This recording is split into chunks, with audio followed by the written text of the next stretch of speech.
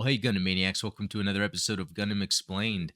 So, we're on the fourth episode of which for Mercury. It's called Unseen Trap. Being four episodes in now, I'm really interested to see what comes up. I want to see more of the world building that's going on and, the different groups and what's going on. But we're getting a lot of details about the characters, the houses within the school. Before we get started, if you haven't, please subscribe. Be sure to give this video a like if you think it's cool, and check the links in the description for the Discord. We have a lot of fun there, and then there's a Patreon or other ways to support for some perks and stuff. But let's get started. Okay, and kind of funny way episode 3 ended, where they had that follow-up battle. We have Ghoul in his new mobile suit, but he gets decimated by the aerial, and so he asks Soletta to marry him. And that's just crazy that it's going back and forth like this, but that's just kind of how the customs work at the school. But, just typical Soletta fashion. She just kind of freaks out, socially awkward moment, and just runs away. Yeah, and so getting into the politics that kind of go above and beyond the individuals in the school, the students, we're seeing like what looks like a Zoom call. Again, I love the callbacks to kind of the modern technologies that are being used. We see a lot with the cell phone use, but also with the online video conferencing. Can we expect your son to recover his status as heir to the Bennett group? So that's kind of interesting that we're having these corporate interests intertwined with these personal conflicts, being the skill required for Ghoul to, I guess, keep his place to be the heir to the Bennett group. It's kind of interesting how that is occurring. But he's got his brother too. So, but by the way, these are more of the personal relationships and the personal conflicts that happen between people. But I'm more interested in what we're kind of seeing here. This is more of the bigger picture stuff. So hope we dive more into that. Okay, random cool future technology to see where not only did she get that new emblem that one time she did the battle in the mobile suit, but then like she was able to get her clothes changed entirely. Miorine was using an app on a phone, like hey, that seems to be the future anyway. Was able to get the whole outfit to change to kind of signify where she is now within the school, winning these duels and everything. Yeah, it's very interesting everything we're seeing right here. Like at the end of the episode 3, it seemed like Ghoul somehow, it's like he personally changed, like he something with the way Soletta spoke to him was being kind of nice to him despite what was going on. Asked to marry, she said no. Did that change his personality or change, I guess, how he was acting?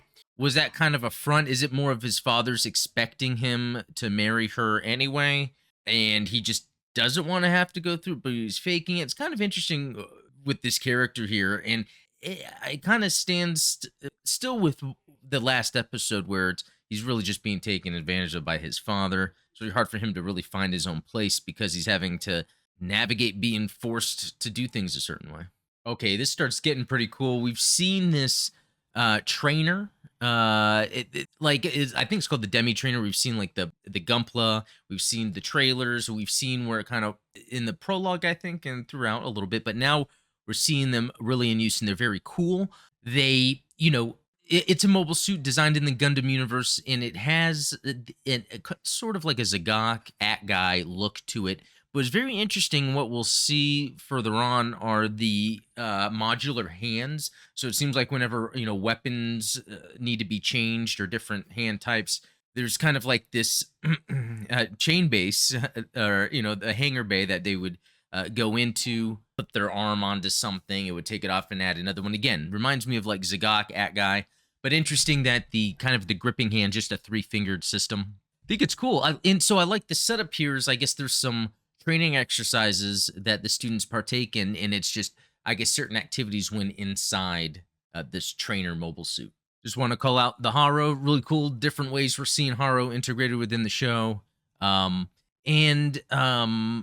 guess as this training exercise is going on, they have these drones flying around. Optical images will be restricted to the visible spectrum. I find that to be very interesting. Okay, this is a really cool shot, how they're kind of scanning past the horizon. You can see a whole bunch of the mobile suits out there within this sort of, and I still don't understand the colony structure that this is, just because there's an outside area. I feel like from what we see, the school's on an asteroid base.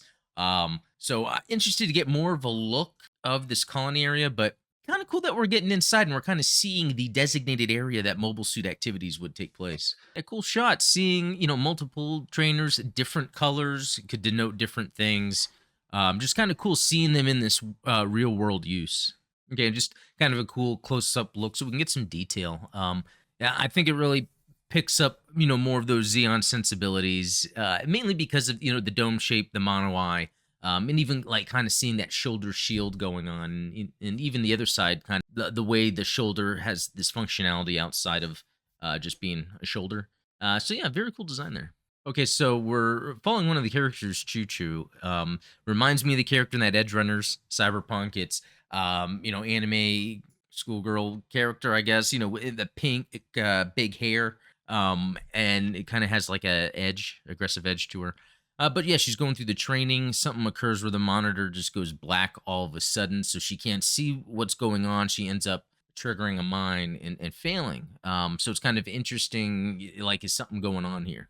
So it's very interesting what we're getting at all of a sudden in this episode. We're seeing these two characters saying Earthians are such an eyesore, and you're learning. So Choo Choo's team and that group of people, they are Earthians. These are people that are from Earth, but they're at the school. I guess as we go forward more in this episode, there's a lot more of that Earth versus space thing, which was touched on a little bit in the prologue, slightly, but now we're seeing it not only in context of what's going on in the world of Witch from Mercury, but also between people at the school. So a slow acting masking spray that was sprayed on the mobile suit. So yeah, maybe we'll get more details on that.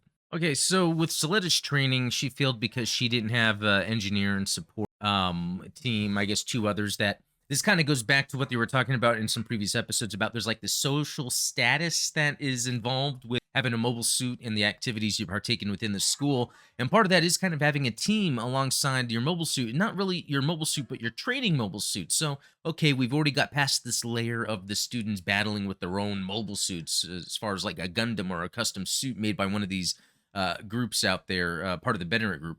But now there's just these trainers they use. So this seems like lower stakes. But and then I guess some more foul play involved. But that I guess occurred even in the last episode with the shower spraying on. So I guess we're kind of seeing repeated themes without necessarily moving too much forward. So I guess that would be my first concern with how this episode is kind of going so far. So Soletta is brought to the team of Earthians, where she's using a couple of them. She asked, "Hey, could any of you help out?" And I guess what's interesting, there's a lot of things that are interesting about this. She's, Soletta's a Spacian, but the way Spacians treat Mercurians, kind of make Soletta kind of an outcast. But then the Earthians, I guess, can kind of sympathize with that, so they're willing to kind of work with her and help her out here, which I think is very interesting. Maybe at some point we're going to learn there's more that has to do with maybe the Earthian based corporations and their mobile suit production. Maybe there's some relation to that in Mercury. So yeah, kind of interesting to see where they're going to go forward with that and the dynamic. It's kind of setting it up here on the personal level within the school. And there's a little exchange with Soletta Miorne about her having her father's old office used as her home. So she got like a second home or dorm, I guess, within the school. Again, a lot of plants we're seeing, but yeah, I guess she again has, I guess, the stuff because of her father, and it gives her kind of an interesting status in this school because it seems like she has sort of that elite status again, where she's entitled to a lot, but at the same time she's treated bad in general by the others, and I guess it really comes from the parents and how they're treating their own children.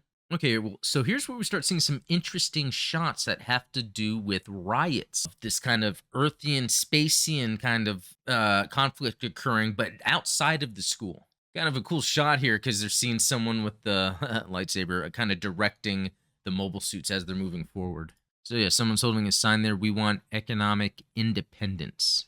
Okay, awesome shot moving up to see these mobile suits. They do have some similarities in design to some of the others we've seen so far, and that kind of makes sense.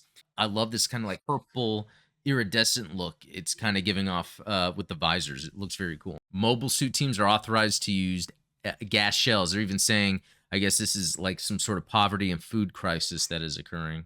They're shooting the gas shells right at the human population. So This is pretty tropey. This is kind of the stuff we see, and it's like pretty obvious the way it's doing it. So maybe this is just kind of quickly reestablishing what it seemed like they were starting with the prologue, but we haven't really dived into yet. That being the world that the students are in. Okay, that is a cool shot. Can't wait to get a gunpla of that.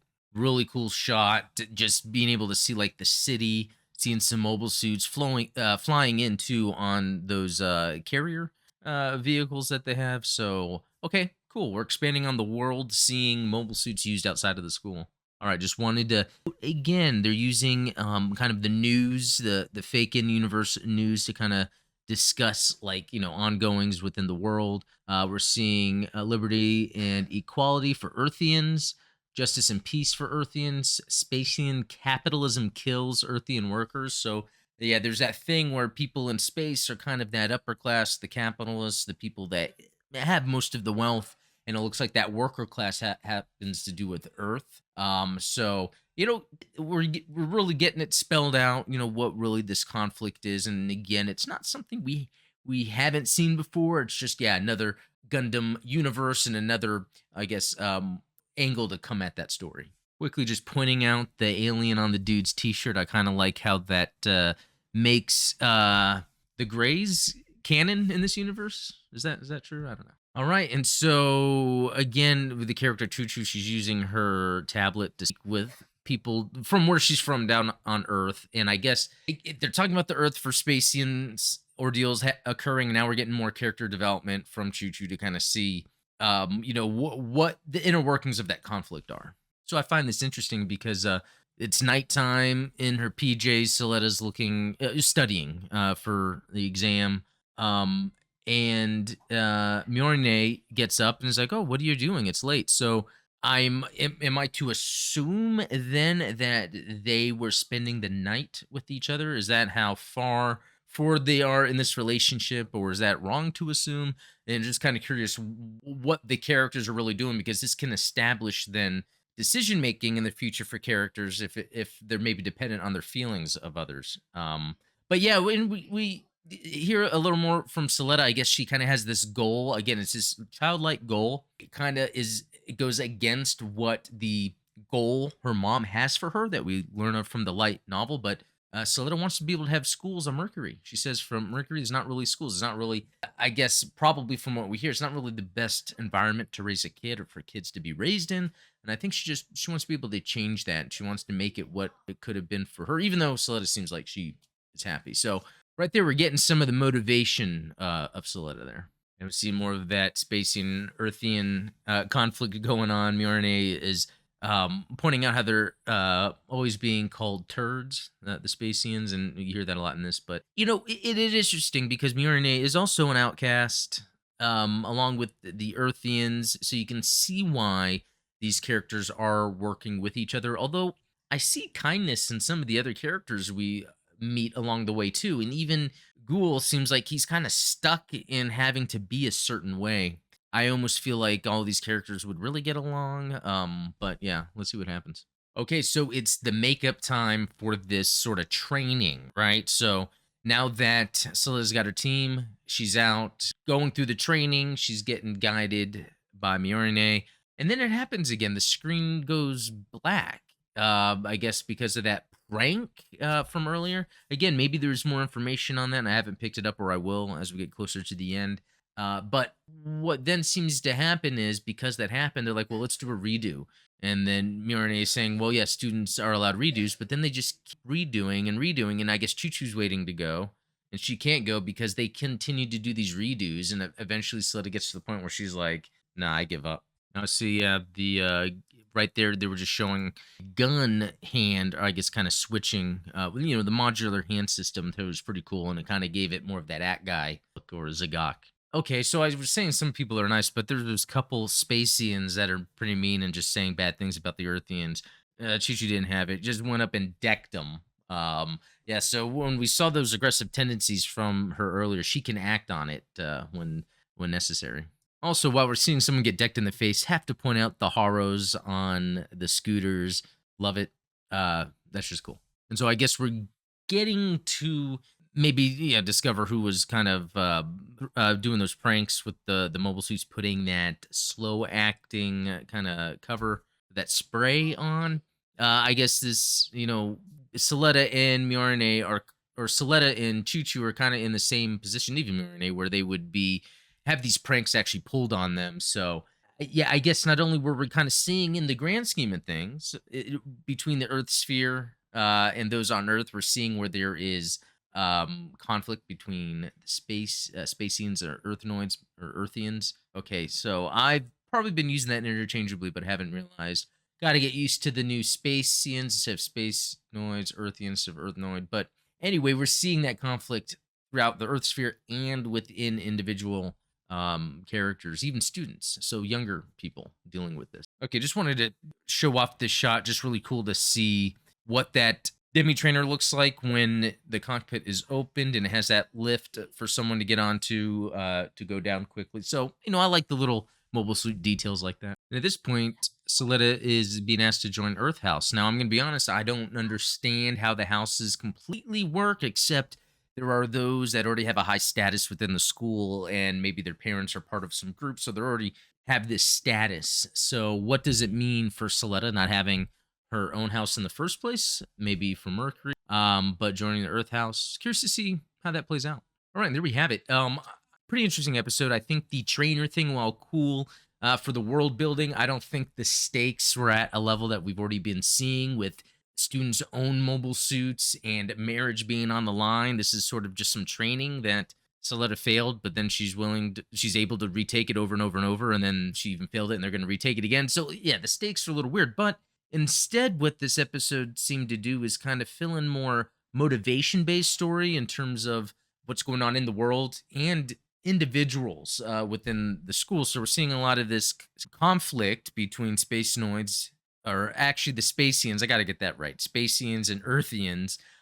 So they're diving a little more into that to kind of really build that out, because we're seeing that's how people are aligning. The students are. So how's that going to affect the Bennett group? How's that going to affect what's going on within the whole world within which for Mercury? So fun episode, but I really want to get into more of the adult oriented storyline, integrating that a little bit more. I do know it's very common with a lot of Gundam where a lot of the first halves will really just be obnoxious, more about the character. Sometimes it's a little silly, but it's really building a character. So then you get the later half of a Gundam story, and it goes pretty crazy in terms of I guess maybe stakes, the mobile suits. I mean, I can just think of like G Gundam being one, Double O being another, where even Double Zeta, where that last half seems to really pick up. So and it's interesting because with Witch from Mercury, it's going to be 12 parts instead of the typical, I think, 50 we would get total usually a lot with these Gundams, unless they're going to announce some more. But anyway, unseen trap. So what is the unseen trap? Is it really just the kind of misguided motivations of those space noids that are against Earthians, and then just affecting them during the training, or did that mean something else? Guys, let me know what you think. Thanks for watching. Talk later.